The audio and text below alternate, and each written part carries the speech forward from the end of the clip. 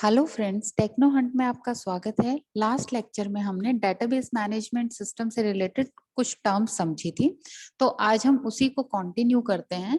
Last में हमने schema का एक एग्जांपल पढ़ा था लास्ट लेक्चर में, जिसको लेके कुछ स्टूडेंट्स हैं वो कंफ्यूज थे और उनकी क्वेरी आई कि ये क्लियर नहीं हुआ, तो मैं दोबारा से इसे टेबल के एग्जाम्पल के थ्रू एक्सप्लेन कर रही हूँ।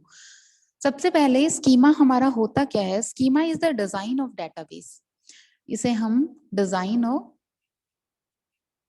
ऑफ डेटाबेस भी बोल सकते हैं कि हमारा डेटाबेस है वो किस तरीके का है, किस तरह से हमने उस डेटाबेस को डिजाइन किया है। तो ये हमारा नॉर्मली 3 लेवल्स के ऊपर काम करता है। एक इसका फिजिकल व्यू होगा, फिजिकल, सेकंड हमारा लॉजिकल होगा, एंड थर्ड हमारा व्यू लेवल होता है। 3 लेवल के ऊपर स्कीमा हमारा काम करता है। जो फिजिकल लेवल है वो generally implementation of data structure बताता है कि हमारा डाटा स्ट्रक्चर का कैसे इम्प्लीमेंटेशन हुआ है। How the data store in the block, के ब्लॉक्स की फॉर्म में जो हमारा डाटा है वो स्टोर किया और उस फॉर्म में उसे कैसे स्टोर किया गया है। जो लॉजिकल स्कीमा है ये यहाँ रिकॉर्ड्स में स्टोर होगा और हमें यहाँ पे जो डाटा स्ट्रक्चर का जो इम्प्लीमेंटेशन है उसे हाइड कर दिया जाएगा। लॉजिकली सिर्फ डाटा को रिप्रेजेंट किया जाएगा कि जनरली जो हमारे प्रोग्रामर्स हैं और जो डेटाबेस एडमिनिस्ट्रेटर है वो लॉजिकल लेवल के ऊपर काम करते हैं। लास्ट हमारा आता है व्यू लेवल। व्यू लेवल के ऊपर क्या होता है कि जो इंटरफेस जो यूजर को दिखाई देता है, जो हमारा जनरली यूजर है जिसके थ्रू इंटरेक्ट करता है डेटाबेस से, वो हमारा व्यू लेवल होता है। फॉर एग्जांपल कोई फॉर्म है, यूजर ने ओपन किया और जो हमें फॉर्म दिखाई देगा जहां पे हमें कुछ इंफॉर्मेशन या तो शो होंगी या हमें फिल करनी होंगी, तो वो हमारा व्यू लेवल है। ओके, तो अब इसे हम डिटेल में पढ़ते हैं कि स्कीमा क्या है। कि स्टूडेंट, कोर्स एंड सेक्शन, 3 हमारे पार्ट्स हैं, 3 टेबल्स हैं। तो स्टूडेंट के पास student ID, student name and course ID है। कोर्स के पास course ID, course name and department है। सेक्शन के पास स्टूडेंट आईडी है, section ID and course ID है। कि स्टूडेंट है वो किसी ना किसी कोर्स में एनरोल होगा, किसी यूनिवर्सिटी या कॉलेज में जो स्टूडेंट है वो किसी ना किसी कोर्स में जरूर एनरोल होगा और वो किसी सेक्शन से बिलोंग करता होगा।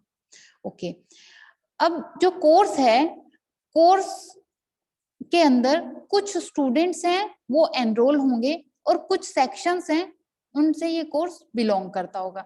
जो सेक्शन है उस सेक्शन में कुछ स्टूडेंट्स होंगे और कुछ अलग अलग कोर्स एग्जिस्ट करते होंगे। तो ये हमारा ओवरऑल स्कीमा है कि हमारा जो डेटाबेस है वो किस तरह से स्टोर किया हुआ है। अब यहाँ पे नेक्स्ट जो टर्म आता है वो हमारा आता है इंस्टेंस। इंस्टेंस के ऊपर क्या है कि हमारा फिक्स नहीं है कि स्टूडेंट्स, कोर्स एंड सेक्शन के कितने, किसी ऑर्गेनाइजेशन में एक मोमेंट के ऊपर कितने सेक्शंस एग्जिस्ट कर रहे हैं, कितने स्टूडेंट्स एग्जिस्ट कर रहे हैं, कितने कोर्स एग्जिस्ट कर रहे हैं, ये हमारे पास स्कीमा के अंदर डिफाइंड नहीं है।